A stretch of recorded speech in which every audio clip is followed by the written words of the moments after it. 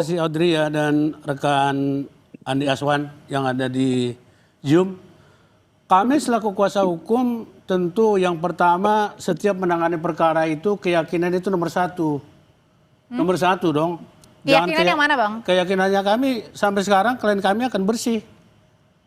Dari tuduhan atau laporan laporan aduan dari Pak Jokowi pasal 310, 311 awalnya itu kami akan buktikan bahwa itu bisa kita sangkal gitu loh. Itu kita bisa patahkan.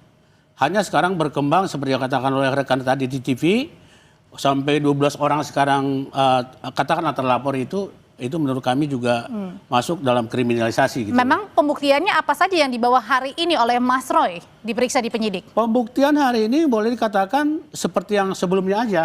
Hampir sama waktu dengan klarifikasi. Kurang lebih 1 bulan lalu. Ya, waktu itu memang kita tidak bawa bukti, waktu klarifikasi kita hanya ingin dari pihak yang mengklarifikasi penyidik saat itu, apa yang kita ditampilkan ke kita, ke klien kami. Sepertinya pemanggilan penyidikan saat-saat sekarang ini, dimulai Selasa kemarin, hari ini, besok dan Jumat, hal yang sama juga diulang. Nah, cuman kita Tapi kan mau, ini sudah naik ke tahap penyidikan kali ya? Ya, sekarang tahap penyidikan panggilan kedua kan. Gitu loh. Kita turutin. Panggilan pertama kemarin kita tidak ikutin karena menyangkut kegiatan klien kita untuk 17 Agustus dan penerbitan buku.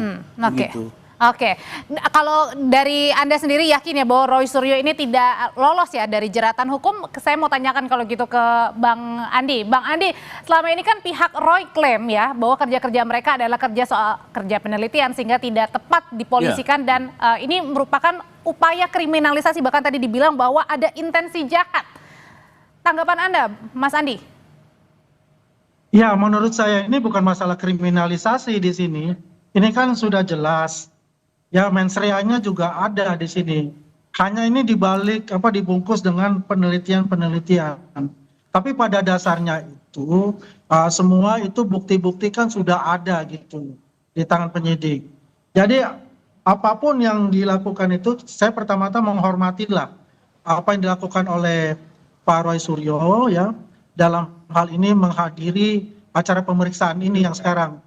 Yang kemarin kan minggu kemarin dengan alasan yang menurut saya tidak masuk akal ya dibuat-buat ya untuk menghindari pemeriksaan ini. Buktinya ya tanggal 18 itu juga menghadiri buku Jokowi White Paper itu ya yang notabene ditolak oleh UGM itu sendiri. Dan hari ini hadir. Jadi tidak ada lagi berkata-kata lagi bahwa ini ada kriminalisasi. Tinggal hadapi saja itu ya dan berikan evidence baru kalau itu memang memperkuat dari pembenaran yang dilakukan oleh Pak Roy Suryo itu. Dan saya yakin ini bisa sampai panjang, ini bisa 12 jam gitu, Mbak. Oke, panjang. Kenapa bisa sampai ada keyakinan sampai 12 jam? Apakah akan ada langsung penetapan tersangka nih? Dapat kabar nggak nih, Bang? Ya, kita lihat aja. Kalau kemarin Abraham Samad beda 10 jam, ya kalau dia kan bukan saksi terlapor utama menurut saya. Ya, yang ini kan yang pemain utama semua ini. Ibaratnya kalau di dalam drama itu primadonanya semua ini kan. Nah, ini pasti akan membutuhkan suatu intensitas pertanyaan-pertanyaan itu yang jadi artinya ini ada keyakinan bahwa akan ada penetapan tersangka? Sepertinya saya tidak akan mendahului dari penyidik ya. Ya sepertinya kalau memang itu ada alat bukti yang sangat kuat sekali dan memang pasal-pasal yang memberlakukan itu harus ada penahanan, saya rasa akan dilakukan oleh penyidik. Oke, ada kemungkinan akan ada penahanan dan ditetapkan sebagai tersangka, Bang? Pak Audrey dan rekan Andi, itu akan saya kira dilaksanakan. Saya kira untuk itu proses klarifikasi penyidikan sampai nanti selanjutnya, kalau koridor itu memang ada, kemungkinan ada, tapi kami yakin, jangan lupa pasal-pasal yang sekarang ada dituduhkan atau disodorkan ke klien kita itu, pasal-pasal itu sebenarnya sudah juga disentuh oleh putusan Mahkamah Konstitusi 155 dan 78 loh. Jadi nggak seperti penafsiran seperti dulu zaman-zaman sebelumnya.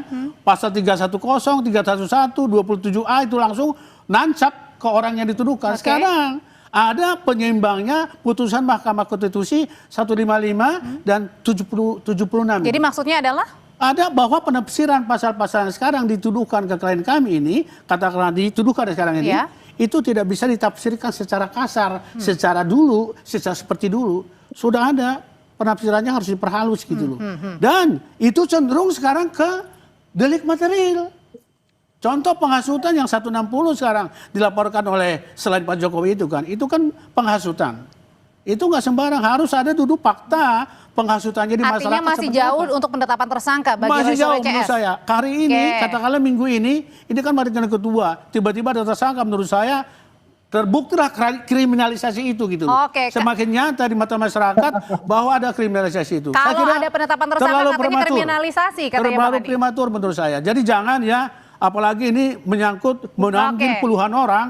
Dan saya Baik. kira ini sudah Saya menampakkan. tanyain hal itu ya ke Bang Andi kalau gitu Ya ya. silakan, Bung Andi. Bang, ada kriminalisasi kalau misalnya jadi ada tersangka penetapan di minggu ini.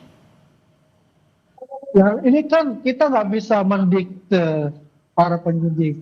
Para penyidik kan mempunyai alasan-alasan tentu kalau itu diadakan penahanan pada hari ini juga.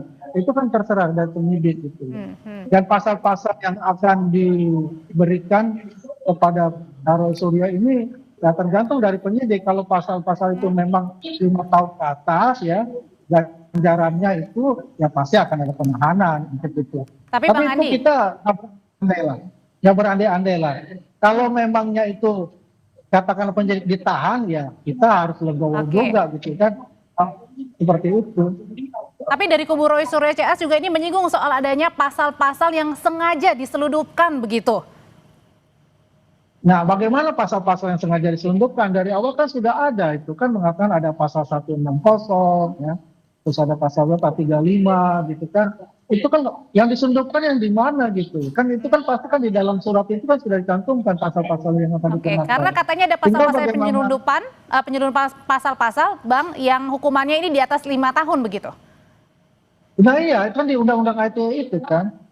Nah, sekarang yang menyelundupkan itu siapa, ya? Dan kemudian kenapa ada kata-kata menyelundupkan di situ, gitu. Oke. Oke, Kalau kalau pertanyaan juga yang lucu buat saya. Oke, kalau berdasarkan tadi pernyataan dari Bang Kosidudin di Polda, Bang Jamada, Ya. itu katanya ada pasal-pasal yang sengaja diselundupkan begitu. Ini sebenarnya siapa kira-kira yang menyelundupkan pasal ini secara tiba-tiba ini? Pak Odri sama Bang Andi, rekan Andi, yang disebut pasal penyelundupan ini begitu loh. 30 April itu aduan dari Pak Jokowi pasalnya 310, 311, kan gitu kan? Itu mainstreamnya. Kemudian ditambah oleh orang-orang yang tahu dari mana itu menambahkan laporan itu. Sebenarnya kita konsisten dengan pasal 310, 311 itu. Itu pencemaran dan fitnah itu. Itu dong konsentrasi di situ. Ini banyak yang nompang-nompang nih. Nompang keren barangkali, nompang beken, nompang apa segala Siapa macam. itu gitu. penumpangnya? Itu kita masukkan adalah pasal penambahan itu, pasal penompangan itu, pasal penyelundupan itu gitu. Siapa Karena- yang menyelundupkan, Bang? Ya, kan ada 4 pelaporan itu selain Pak Jokowi ada 4. Saya nggak sebut namanya lah. Mereka ikut melaporkan pasal 160, pasal 32, pasal 52. Kan itu kan. Seharusnya itu konsen aja. Karena itu mengancam hukum seolah-olah terlapor ini, para terlapor ini diancam dengan suatu ketakutan yang gimana gitu loh. Oke. Itu yang kita maksud, kita definisikan pasal penyelundupan. Masalah Oke. kita beda pendapat masalah ini terserah. Oke, Bang, tapi sebenarnya apa sih dari pasal-pasal yang diselundupkan itu yang paling ditakutkan oleh kubu Anda? Ya pasal yang mengatakan ada pasal ancaman hukumannya 6 tahun, Oke. contohnya kan itu kan. Ya pasal 52, pasal 32 dan sebagainya itu kan ada ancaman hukumannya itu. Yang artinya itu bisa ditetapkan sebagai tersangka dan langsung ditahan? Kalau itu jadi tersangka kan menjadi tahan. Kan Oke. tujuannya gitu kan. Sedangkan pasal 310, 311 itu ancaman hukumannya 311 itu maksimum 4 tahun. Kalaupun terbukti gitu loh. Kalau kita konsen di situ kan belum tentu ada penahanan. Dibuktikan dulu. Jangan ada satu lagi di senjata kita loh. Hari ini klien-klien kita kan diperiksa nih. di Polda Metro Jaya. Ada yang mengatakan, bukan ada yang mengatakan, memang dalam pemeriksaan itu harus ada keseimbangan loh. Oke. Kita yang terakhir adalah tunjukkan dulu juga ijazah aslinya, baru lanjutkan penyelidikan gitu loh. Oke. Jadi jangan lupa itu. Oke, jadi Bang. balance gitu loh ya. Oke, katanya Bang, ini ada yang memasukkan begitu dengan sengaja pasal-pasal. Siapa sebenarnya? Emang benar ada yang sengaja memasukkan pasal-pasal untuk menjerat Roy Suryo nih masuk tahanan? Ya, biar bagaimana mau pakai pasal 310, 311, kayak dan yang lain. Kalau memang terbukti ya pasti akan masuk tahanan gitu kan. Ya jelas ya, nggak main-main lah. Para penyidik ini dalam menentukan pasal-pasal yang dikenakan itu kan nggak main-main juga gitu. Banyak barang-barang bukti itu ya yang dikumpulkan ya dari Pak Jokowi sendiri, dari tim hukum Pak Jokowi sendiri, dari para relawan yang melaporkan, kan ada 4 ya, ada 4 perkara itu. Oke. Ya, masing-masing kan dimasukkan loh penyidik itu dari berdasarkan dari barang bukti oleh penyidik terima dari saksi pelapor-pelapor itu loh. Jadi apapun itu pasal dikenakan itu ya jangan kita bilang bahwa itu pasal penyelundupan. Tidak mungkin akan ada selundupan itu. Memang barang yang diselundup gitu. Oke, baik. Kan ada fisiknya barang. Oke, kita tangkap sudah.